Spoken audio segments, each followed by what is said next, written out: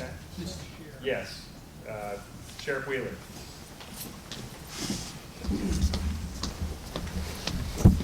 Well, I want to ask the coroner, Bob, is it true when you get home you're dead tired?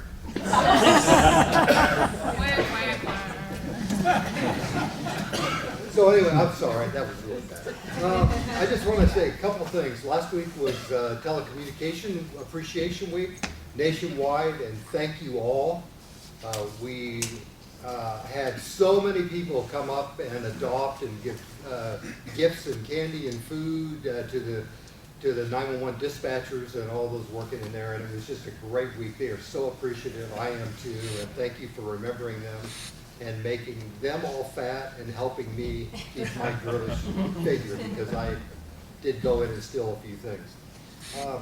Last week, I just want to give an update. Last week, the Idaho Sheriff's Association met in Coeur d'Alene, and one of the topics that came up was Joe Biden's ghost gun executive order. And so we have a relationship with Senator Crapo, and Senator Crapo sent us a letter and said, we'd like your input on this, and send us a response so he can respond accurately with the thoughts of the Idaho Sheriff's Association. So we had quite a lively conversation, which was a really good conversation, and I brought up Idaho Code Article 1, Section 11.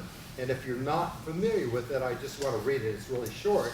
And then I want to tell you about a bill that I know Heather Scott worked on, which is the Crimes and Punishment Firearms Prohibition of Regulation of Certain Firearms, which was 1833-15B, and that was passed about 3 or 4 years ago. But anyway, this is our Idaho Constitution, and boy, I tell you, it is the best when it relates to firearms.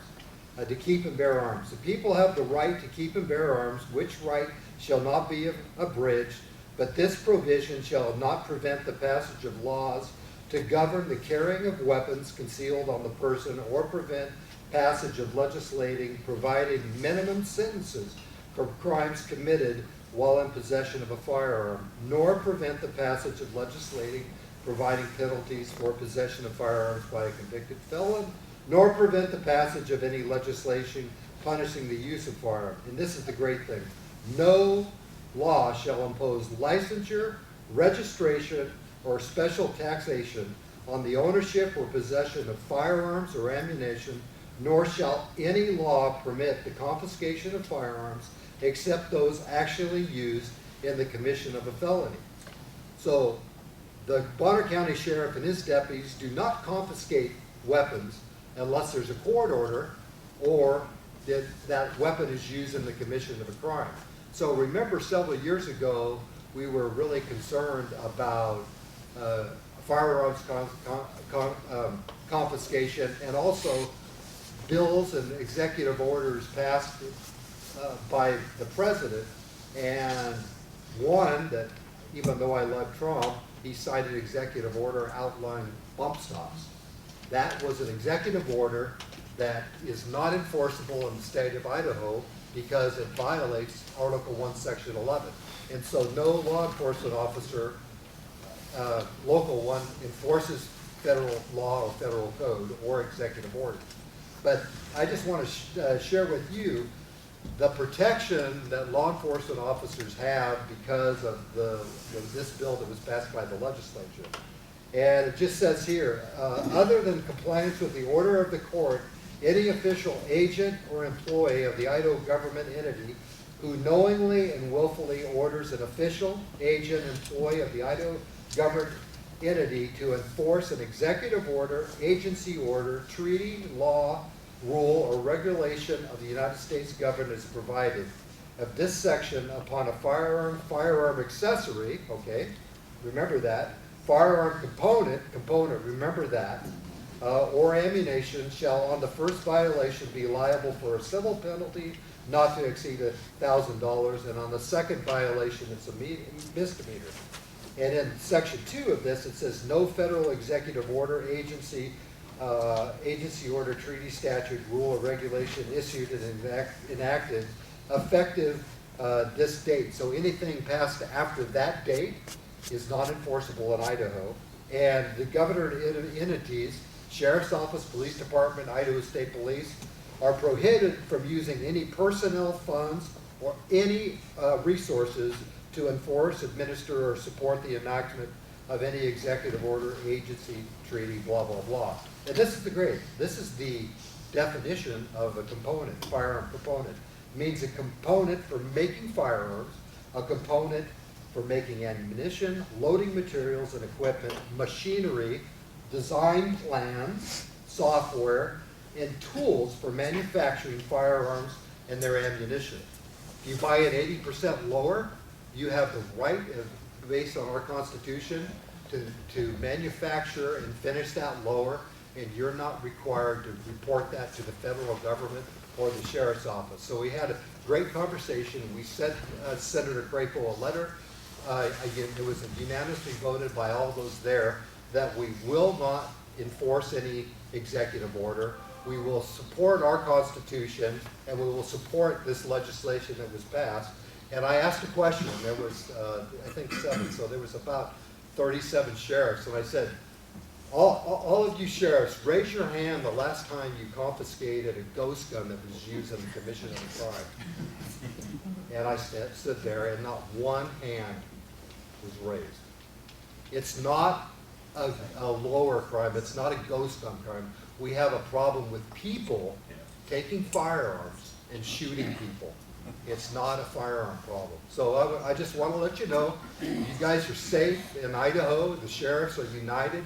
We will not enforce any executive orders, and continue to make your lowers, continue to make your firearms and your ammunition safely and without the threat of any local or federal government coming in here and violating your constitutional rights. So.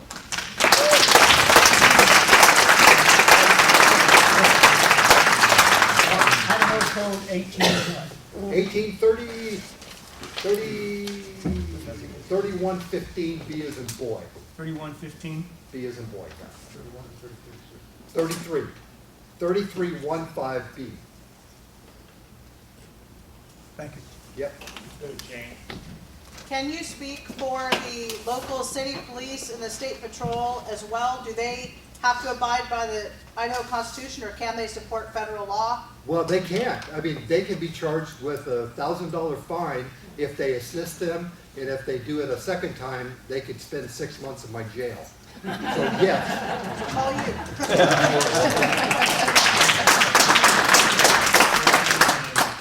Terry first. Real quick question. You said the sheriffs are all united. Does that mean it was unanimous? It was a unanimous vote to send this letter, to send a copy of our Constitution, Article 1, Section 11, and also a copy of this bill, this legislation was passed, and saying, we're not participating, so don't bother. Yeah, correct. So if ATF agents were to show up at somebody's place because of a violation of one of these executive orders, we can call the sheriff? Absolutely, you can. Yep, I have gotten phone calls over this last year where the ATF would like to come over and interview people that they're doing some kind of investigation. And our number one question, do you have a warrant for them? No. Do you have a court order? No. What do you have? Nothing. We just want to come and talk to them. Are they required to coordinate with the sheriff's office? There's no statutory law requiring it, but we just have a good relationship. But we told them we would not assist them and would not show up there. And guess what? They didn't come. So anyway. I was curious, components, can that include Maine and Idaho suppressors? Well, that would include that, yes.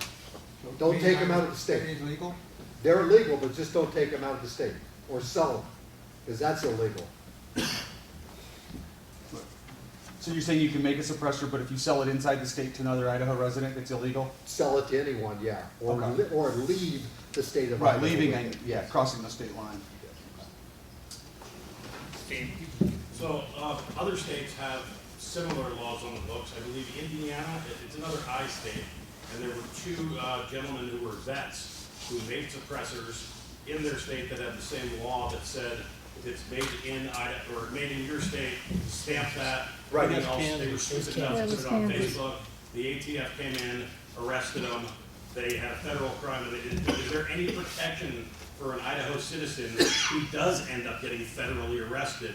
I would say call the sheriff's office if somebody from the ATF or the federal agency comes there. Most likely they've done an investigation and they've probably taken their probable cause affidavit to a judge and they got an arrest warrant for that person. And any arrest warrant that's signed by a judge, I don't have authority to challenge that. I have authority to challenge those ATF agents that are knocking on their door and coming. Prior to that. But I would encourage you not to answer the door or answer any questions. Okay, any other questions? Thank you. Thank you.